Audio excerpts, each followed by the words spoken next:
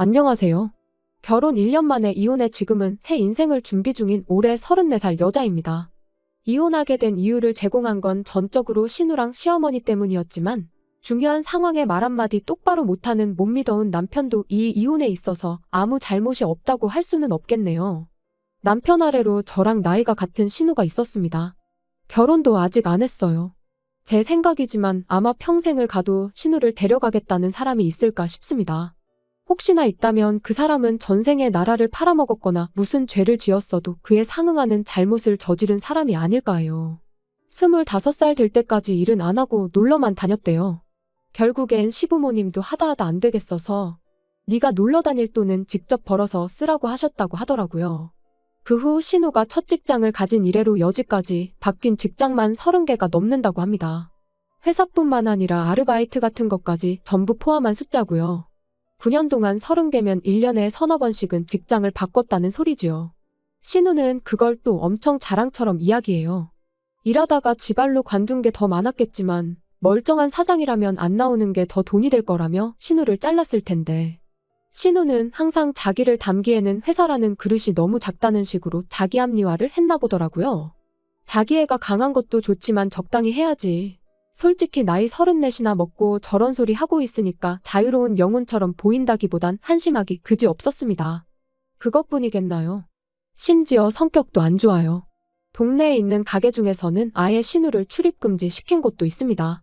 술 먹고 행패 부리는 건 기본에 멀쩡한 손님한테 시비 걸어서 싸움까지 하니 장사하는 사람 입장에서는 신우한테 팔아봐야 얼마나 판다고 다른 손님 끊기지 않게 출입금지를 시키는 게 100번 나은 선택이었겠죠. 그 중에서도 제일 견디기 힘든 게 다른 사람 뒷담화 하는 거였어요. 그럴 땐 시모랑 또 어찌나 짝짝꿍이 잘 맞는지. 제 앞에서 대놓고 언니는 다 좋은데 옷 입는 센스가 없다느니, 화장이 촌스럽다느니 어쩌니 하면서 앞담화도 하는데 뒷담화는 또 얼마나 잘하겠어요. 100번 양보해서 그 사람 없는 자리에서 뒷담화 할 수도 있죠. 저희가 뭐 조선시대 양반들도 아니고 채통 지킬 거 있나요? 마음에 안 드는 게 있으면 당사자가 없을지라도 그 자리에서 후련하게 까내리는 것도 방법이라고 생각합니다. 문제는 뒷담화를 하는 대상이 불특정 다수라는 데 있었어요. 가령 다 같이 어디 교회에 카페라도 간다 치면 생판 모르는 사람 험담을 하기 시작하거든요. 그것도 뭐 소곤소곤 한다면 제가 따로 말을 않겠는데 아예 대놓고 바로 옆 테이블에 앉은 사람을 빤히 쳐다보면서 저 사람은 자기 얼굴에 저런 가방이 어울린다고 생각해서 들고 다니는 걸까? 라던지 외적인 부분을 가지고 그렇게 사람을 까내려요. 얼마나 빤히 쳐다보고 얼마나 큰 소리로 이야기하는지 저는 항상 혹시나 저 사람이 시모랑 신우 둘이서 하는 말을 듣지는 않았을까? 혹시나 그거 듣고 열받아서 시비를 걸어오면 어쩌나 그런 걱정에 조마조마했던 적이 한두 번이 아닙니다. 그래서 다 같이 어디를 간다고 하면 또 괜히 쓸데없는데 신경 쓰면서 스트레스 받을 생각에 출발하기 전부터 온 신경이 예민하고 곤두서 있고 그랬습니다.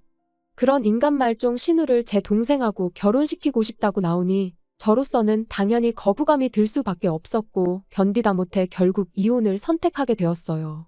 저한테 1살 어린 남동생이 있습니다. 내 가족이라서가 아니라 신우랑은 비교할 것도 없이 좋은 사람이에요. 객관적으로 봐도 공부 열심히 해서 좋은 대학 들어가고 거기서도 열심히 공부해서 정말 알아주는 회사 들어갔어요. 세금 떼고 그러면 많이 줄기는 하지만 그래도 억대 연봉으로 일을 시작하게 되었고요. 저희 집이 지방이다 보니 원래는 동생도 그렇고 저도 그렇고 각자 직장 근처에 작은 원룸 구해서 살고 있었거든요. 그런데 동생이 취직 2년 차에 집에서 돈을 좀 빌리고 해서 전세를 하나 얻어서 같이 살자고 제안을 해왔어요. 한 가족인데 같이 살면 되지 뭐하러 월세로 두 군데다 돈 쓸 이유가 뭐가 있냐고요. 집에서 돈을 빌리긴 했지만 전세금 대부분은 동생 돈이었고 그만큼 집 구할 때 사실 자기 회사에서 가까운 데 구해도 충분했는데 저 출근하는데 힘들면 안 된다고 중간 정도의 위치를 구할 만큼 생각도 깊은 동생입니다. 그리고 그렇게 동생하고 같이 살면서 저도 돈을 많이 절약할 수 있었고요. 동생하고는 결혼하기 직전까지 같이 살았어요. 결혼하면서 제 짐 중에 중요한 건 다 챙겨왔다고 생각했는데 그 와중에 두고 온 게 있었어요. 신혼집이 동생 사는 집하고는 거리가 조금 있는 편이라 택배로 보내달라고 했는데 동생이 오랜만에 얼굴도 볼 겸 직접 가져다 주겠다고 하더군요. 그래서 주말에 겸사겸사 같이 점심 식사를 하기로 했는데 그날 신우랑 시어머니가 심심하다고 저희 집에 연락도 없이 찾아온 겁니다. 동생하고 선약이 있어서 저는 나가봐야 한다고 말을 했는데도 불구하고 동생이 시어머니보다 중요하냐는 말도 안 되는 소리로 약속을 미루라고 하더군요. 이미 동생은 차 끌고 출발한 상황이라 도로 돌아가라고 하기도 뭐한 상황이었고요.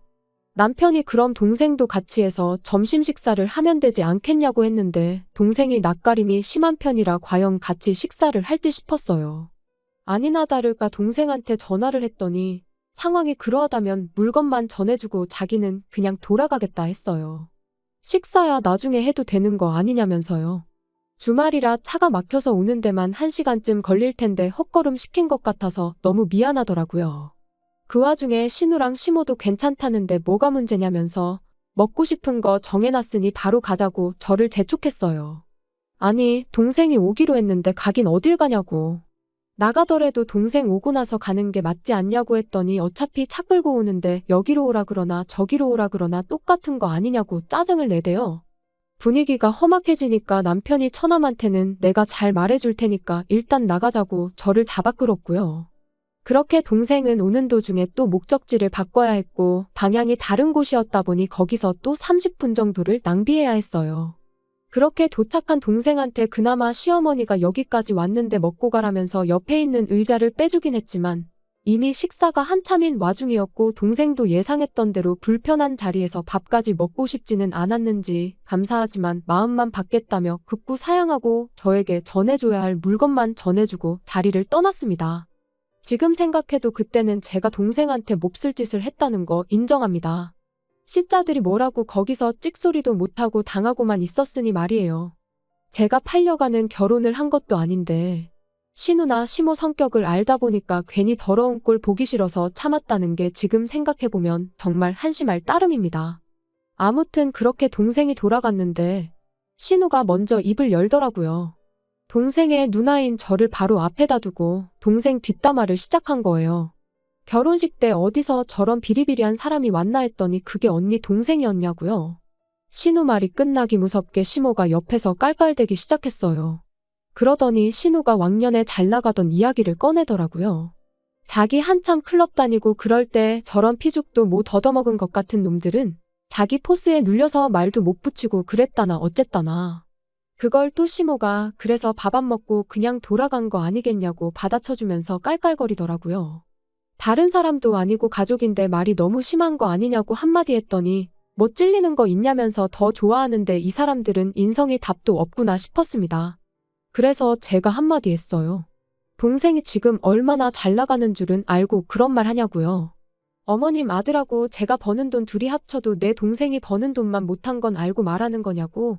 한참 어릴 때 클럽 다니고 놀러 다닐 때야 그랬지. 지금은 아가씨 같은 사람이 동생한테 아무리 들이대봤자 내 동생이 눈을 꿈뻑이라도 할 것 같냐고. 아니, 말이나 붙일 기회나 있을 것 같냐고 대대로 한 방 먹여줬지요. 솔직히 시어머니고 신우고 나발이고 그냥 그 자리에서 한바탕 할 생각으로 내질렀던 말인데 당장 두 사람이 똥 씹은 표정을 하고 있긴 했지만 제 예상보다 크게 덤벼들지 않더라고요. 남편도 분위기가 이상해지는 걸 직감했는지 식사도 다 마쳤는데 동생이랑 어머니는 자기가 모셔다 드리고 오겠다고 당신은 택시 타고 먼저 집에 돌아가라고 하면서 상황을 정리했어요. 지금 생각해보면 택시 타고 돌아가야 하는 게 제가 아니라 두 사람이었는데 그때부터 남편이 못 믿어온 사람이라는 걸 알고 앞으로라도 확실하게 중간 역할을 해달라고 부탁을 했어야 했는데 왜 짚고 넘어가지 않았나 그런 생각이 드네요. 아무튼 문제는 그 이후였어요. 신우랑 시모 입 다물게 만들어주려고 꺼낸 말이었는데 본의 아니게 그 과정에서 동생의 연봉을 까버린 게 문제라면 문제였습니다. 시어머니가 저만 잠깐 좀 보자고 해서 저 혼자 시댁에 찾아갔는데 난데없이 시모가 신우랑 동생을 이어주면 어떻겠냐는 이야기를 꺼내왔거든요. 순간 제가 무슨 소리를 들은 건가 싶었습니다. 잘못 들은 건가 싶었는데 말 그대로 시어머니는 신우를 제 동생에게 시집 보낼 계획을 세우고 있었더라고요. 신우도 옆에서 동생분 지금 혼자 사신다고 하지 않았냐고. 존칭까지 쓰면서 집안일 다 해주는 누나랑 살다가 혼자 살게 되었으니 얼마나 외롭고 힘들겠냐고. 옆에 여자가 한 명 필요하지 않겠냐고 거들더라고요. 동생도 33살이니 당연히 결혼 생각을 해야 할 나이는 맞긴 하지만 결혼 상태는 자기가 정하는 거 아니겠냐고. 당장 부모님이 정략 결혼을 시켜도 안 한다고 할 텐데 제가 하란다고 하겠냐고 한마디 했죠. 그랬더니 신우가 자랑처럼 이야기하더라고요. 이날 이때껏 자기 인생에서 자기가 먼저 꼬셔서 안 넘어온 남자가 없다고 동생분도 지를 분명히 마음에 들어할 거라는 소리를 자신있게 하면서요. 저라면 쪽팔려서라도 그런 말 못할 텐데 그날 식사할 때도 동생분이 자기를 보는 눈빛이 심상찮았다면서 일단 자리만 만들어주면 넘어오는 건 시간 문제니 그렇게 알라고 하는데 어이가 없어서 한숨도 나오질 않았어요. 그게 말이나 되는 소리냐 했더니 이번엔 시모가 나서서 요즘 시대에 겹사돈 그런 게 문제나 되겠냐면서 당신은 그런 보수적인 사람이 아니라 깨어있고 열려있는 사람인 게 얼마나 다행인 줄 아냐면서 아주 모녀가 쌍으로 김칫국을 마시고 있더라고요. 겹사돈 되고 그런 게 문제가 아니지 않냐고. 나한테 말해봐야 소용도 없고 동생 의사가 제일 중요한 건데 왜 벌써 그렇게 하기로 결정을 내리고 통보를 하고느냐고 따졌습니다. 시어머니는 뭐가 문제냐는 듯한 표정을 하고는 어디 가서 우리 딸 같은 사람 못 만난다. 눈 씻고 찾아봐도 저런 애 또 없을 거다 한마디 하길래 그건 맞기는 맞다고 한마디 해줬네요. 세상에 신우 같은 사람이 또 어디 있겠냐고. 34살 먹고 변변찮은 직장도 없지. 술주정부리다 동네 술집이란 술집에서는 출입 금지까지 당했지. 아직도 20대 때 이 남자 저 남자 만나고 다닌 걸 자랑스럽게 생각하고 다니지. 하기사 인생에 좋았던 시절이 그때밖에 없는데 그때 추억이라도 뜯어먹고 살아야지 안 그러면 비참해서 인생에 재미나 있겠냐고. 두 눈 씻고 찾아봐도 신우 같은 사람 못 찾는다는 말에는 전적으로 동의한다고 한마디 해줬습니다. 어떻게든 제 마음에 들어서 동생하고 자리라도 만들어 보겠다고 눈치 보던 신우가 저 말이 끝나기 무섭게 저한테 고래고래 소리를 지르더라고요. 그래도 오빠 마누라라고 언니 대접해줬더니 네가 무슨 진짜 언니나 되는 줄 아느냐고. 나 어렸을 때 너 같은 애들은 감히 내 눈도 못 마주치고 혹시나 내 심기 건드릴까봐 바닥 보고 걸어 다녔다고 성질을 부리면서요. 그래서 또 옛날 얘기 꺼낸다고. 그때 바닥 보고 걸어 다녔던 친구들 지금 뭐하고 사는지 요즘 인터넷도 잘 돼 있는데 한번 찾아보라고 했어요. 모르긴 몰라도 아가씨보다 훨씬 대단한 인생 살고 있을 거라고. 내세울 거라곤 옛날 이야기밖에 없는 주제에 직장이나 구하고 그 입을 놀리라고 한마디 해주고 말았습니다.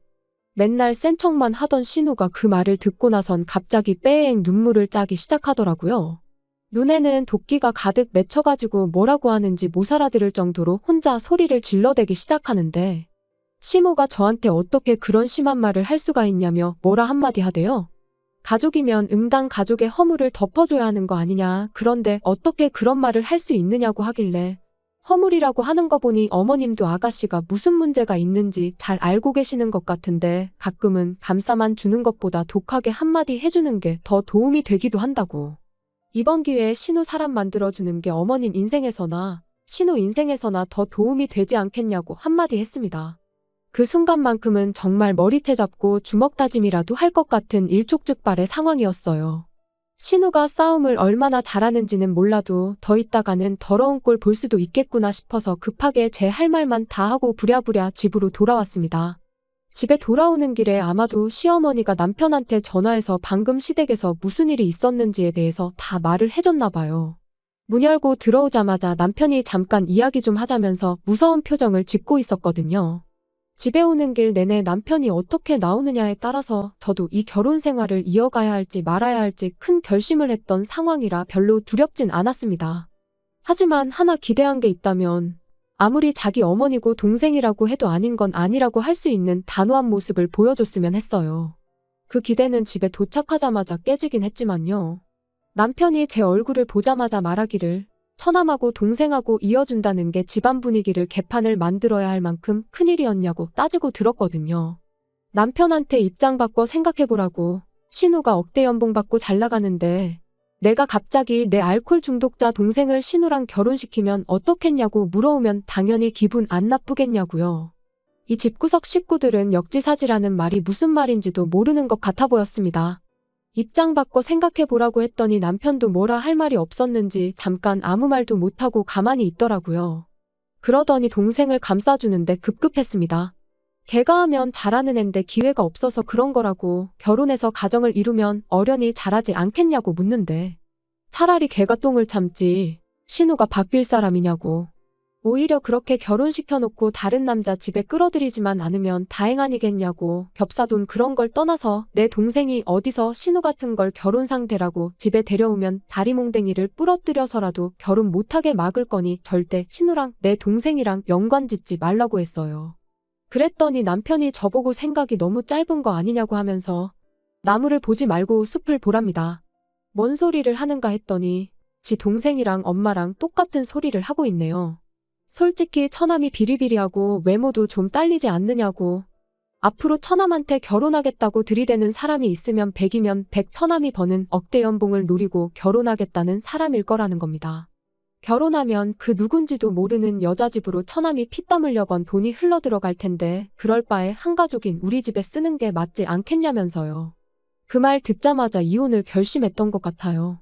이 집구석 사람들 중에 남편만큼은 정상이라고 생각했는데 다 그 나물에 그 밥, 똑같은 놈들이었던 거죠.